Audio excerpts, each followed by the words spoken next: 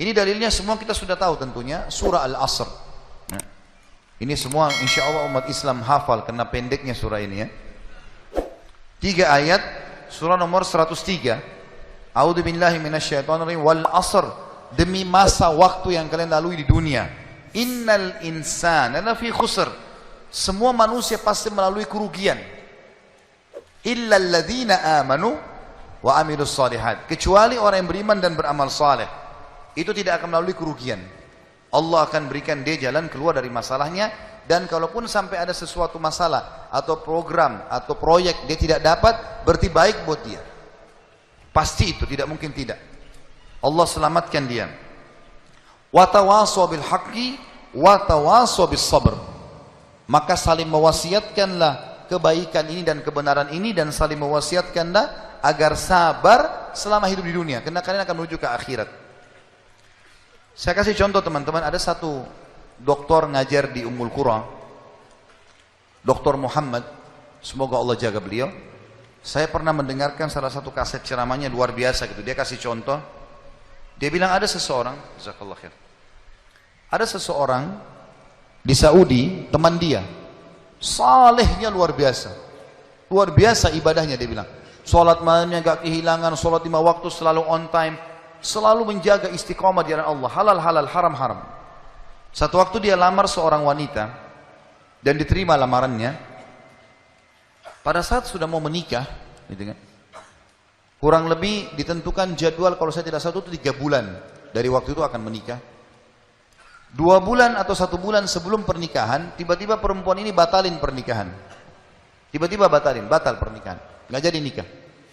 Laki-laki ini bertanya kepada calon mertuanya, ada apa? Saya juga nggak tahu. Ditanya perempuan ini oleh orang tuanya, kenapa nak? Malu keluarga? Enggak, pokoknya saya nggak mau nikah sama laki-laki ini. Bersikeras si perempuan tidak mau nikah. Kata Dr. Muhammad, dia bilang, saya setiap kali ketemu sama teman saya ini, teman saya selalu berdoa. Saya dengar doanya, ya Allah kembalikan wanita ini pada saya suka sama dia. Luar biasa merengeknya sama Allah, gitu kan. Dan saya saking kesian sama dia, sampai saya mengatakan, ya Allah kabulkan buat dia. Luar biasa dia mohonnya sama Allah. Tapi uniknya kata Dr. Muhammad, enggak dikabulkan, enggak dikasih sama Allah. Sampai tiba hari H pernikahan yang ditentukan tanggalnya, perempuan ini akhirnya memang dia tunggu waktu itu. Ada laki-laki lain lamar, diterima sama dia. Diterima pada saat itu. Diterima lamaran laki-laki baru. Waktu sudah menikah sama laki-laki itu, si orang soleh ini, temannya Dr. Muhammad, berhenti berdoa. Ya selesai, jadi istrinya orang, nggak boleh kita doa lagi kan. Maka Dr. Muhammad mengatakan, saya justru bertanya-tanya pada saat itu, di mana bentuk kasih sayangnya Allah kepada teman saya? Dia sudah soleh, janji Allah baik, mestinya dia dapat yang dia mau. Kenapa di sini luput? Nah ini yang saya bilang di poin ke-11, Allah selamatkan dari kerugian dan bahaya. Ternyata dia bilang, justru setelah perempuan itu nikah sama laki-laki yang jadi suaminya sekarang, saya baru tahu bentuk kasih sayangnya Allah pada teman saya. Karena ternyata baru sebulan menikah, perempuan ini periksa ke dokter, dia punya sakit di dada sebelah kanannya, maaf di payudara sebelah kanan. Dokter memvonis kena kanker payudara yang kronis, harus dipotong. Sebulan menikah, payudara kanannya dipotong. Bulan kedua, kanker itu sudah menyebar ke payudara kiri dan dipotong dua-duanya dalam 2 bulan pernikahan. Bulan ketiga, ini kejadian nyata. Bulan ketiga, ternyata perempuan ini punya masalah di urat saraf di bagian otak belakangnya, sehingga membuat kedua matanya buta. Dan bulan keempat, wanita ini meninggal dunia. Kata dia, Dr. Muhammad bilang, subhanallah, kalau teman saya yang jadi suami dia, maka dia tidak akan menikmati pernikahan. Tapi Allah selamatkan dia dengan caranya. Jadi kadang-kadang ada yang luput dari kita. Kita sudah mohon sama Allah, Allah belum kasih. Kalau Allah tidak kasih, teman-teman, yakin itu baik buat kita. Jangan sangka buruk sama Allah. Sebaliknya, kalau kita minta sesuatu yang besar kepada Allah, tidak ada yang mustahil. Yang penting kita merengek dan manja kepada Allah. Dalam kisah yang lain di Yaman, dan ini sempat kisahnya menghebohkan Timur Tengah, anak muda hafal Quran, matanya buta. Anak ini dari kecil tidak pernah sekolah, dia ditinggal di rumah, tapi orang tuanya panggilkan guru ngaji, dia hafal Quran. Satu waktu umurnya waktu mencapai sekitar 25 tahun, dia berpikir untuk menikah, punya perasaan fitrah manusia, walaupun dia tidak melihat dia ingin menikah. Setiap kali dia bicara sama ayahnya masalah pernikahan, ayahnya bilang, nak siapa yang mau menikah sama kamu? Nggak ada kerjaan, matamu buta gitu kan. Kalau misalnya ada orang yang simpatik, baru kita bukain pintu itu. Anaknya selalu merasa terpukul. Apa yang terjadi? Dia berdoa sama Allah. Dalam kisah ini dikatakan, dia cerita tentang dirinya, dia bilang, saya berdoa selama sebulan. Sebulan penuh berdoa. Mohon-mohon sama Allah. Kasih ya Allah, nikahkan saya. Dan doanya begini, ya Allah, karuniakan saya wanita yang paling cantik di Yaman, yang paling pintar, yang paling kaya. Begitu doanya. Saya sengaja datangkan contoh pernikahan supaya tidak ngantuk ini.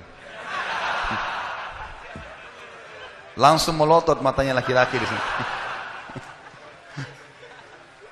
Tapi memang kisah nyata terjadi seperti itu. Maka teman-teman sekalian, di hari ke-30 dari doanya, sebulan dia berdoa, dia mimpi, ada orang datang dalam mimpinya mengatakan begini, hai anak muda, jodohmu namanya Fulana binti Fulana. Disebut nama perempuan itu.